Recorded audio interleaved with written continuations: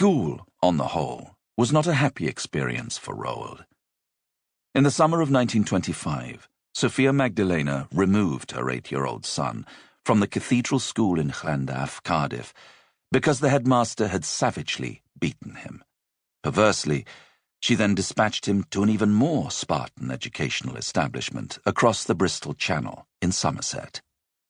She told Roald that she was doing this because she had promised her dying husband that she would not return to Norway until she had given all their children an English boarding school education.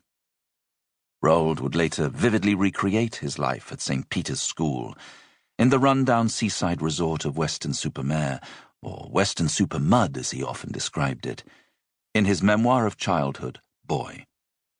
He would also use the experience in a more fantastical light in his final children's novel, Matilda. Though a glorious piece of exaggerated invention, Cruncham Hall, whose terrifying headmistress Miss Trunchbull dominates the book, bears some striking similarities to St. Peter's, both in appearance and in the rules of its scary headmaster, Mr. Alban J. Francis, which foreshadowed those of the Trunchbull. Never argue, never answer back, always do as I say. St. Peter's had been founded in 1900 and was housed in a 3-story gabled building, constructed largely out of local stone and blanketed in Virginia creeper. It was surrounded by playing fields, allotments, and tennis courts. Around 80 boys, aged between 8 and 13, were billeted there. Classrooms were on the ground floor, below bleak, uncomfortable dormitories.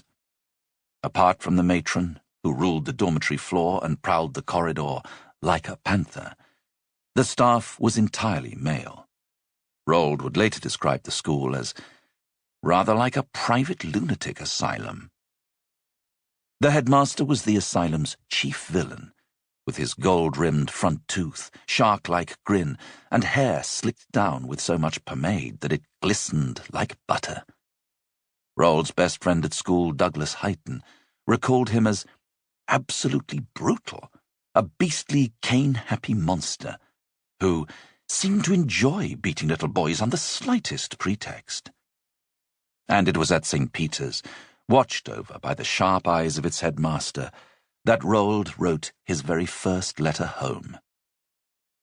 As Roald was eager to remind his young readers, these epistles were written in an atmosphere of censorship. If we thought the food was lousy, or if we hated a certain master, or if we had been thrashed for something we did not do, we never dared say so in our letters, he explained. In fact, we often went the other way, in order to please the dangerous headmaster who was leaning over our shoulders and reading what we had written. We would say splendid things about the school and go on about how lovely the masters were. Initially, he was profoundly homesick. In Boy, he maintained he was so unhappy that he accurately feigned the symptoms of appendicitis and was sent home to Cardiff, where his local doctor quickly discovered his ruse and sent him back to school. But there is no evidence of this melancholy in his letters to his mother, nor is there any mention of the beatings that he would later describe there. Instead, his reports are generally upbeat and filled with curious and comic detail. One senses right from the outset that Roald is trying primarily to entertain. He wrote home to his mother at least once a week, first to Cardiff and then later to Bexley.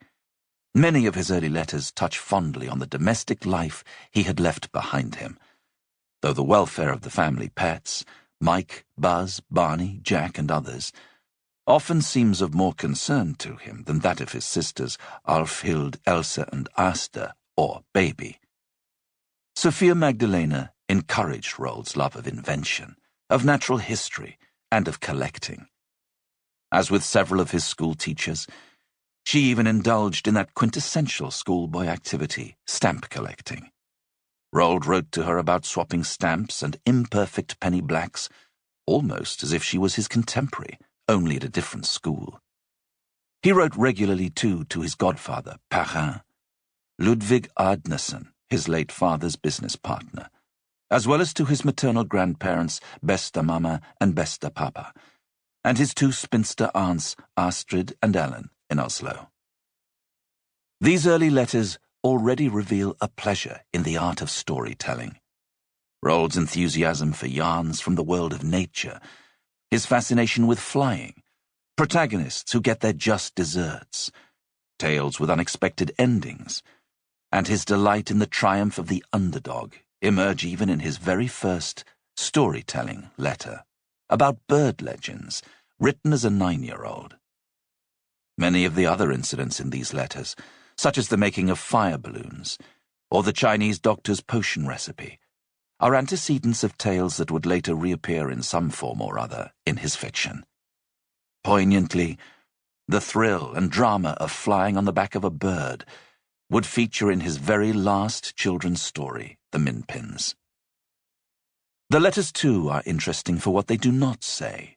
They seldom convey self-pity or unhappiness.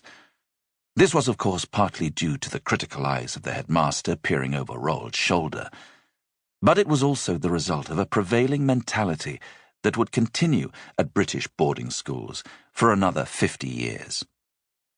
In that situation, admitting vulnerability was treated with scorn and derision. This attitude was held by both masters and children alike. Parents, too, believed in the values of uncomplaining stoicism, and usually took the side of the teacher in any dispute with the child.